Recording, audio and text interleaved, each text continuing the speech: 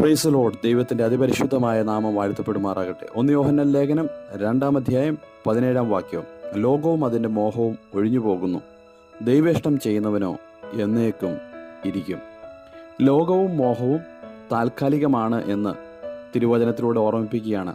താൽക്കാലികവും നിലനിൽക്കുന്നതുമായ രണ്ട് കാര്യങ്ങളെപ്പറ്റിയാണ് അപ്പോസ്തലനായ പൗലോസ് സൂചിപ്പിക്കുന്നത്. ലോകവും മോഹവും താൽക്കാലികമാണ്, ദൈവേഷ്ടം ചെയ്യുന്നവൻ എന്നേക്കും നിലനിൽക്കും. നിലനിൽക്കുന്നത് ദൈവേഷ്ടമാണ്.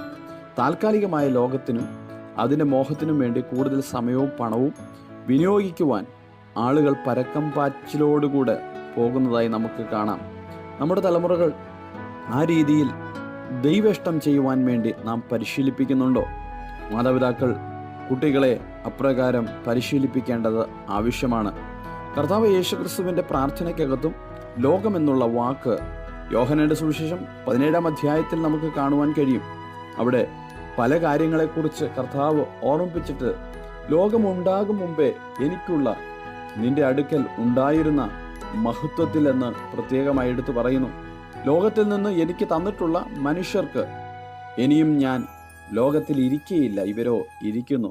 ഞാൻ ലൗകികനല്ലാത്തതുപോലെ അവരും ലൗകികന്മാർ അല്ലാത്തത് കൊണ്ട് എന്ന് തിരുവചനത്തിൽ രേഖപ്പെടുത്തിയിരിക്കുന്നു.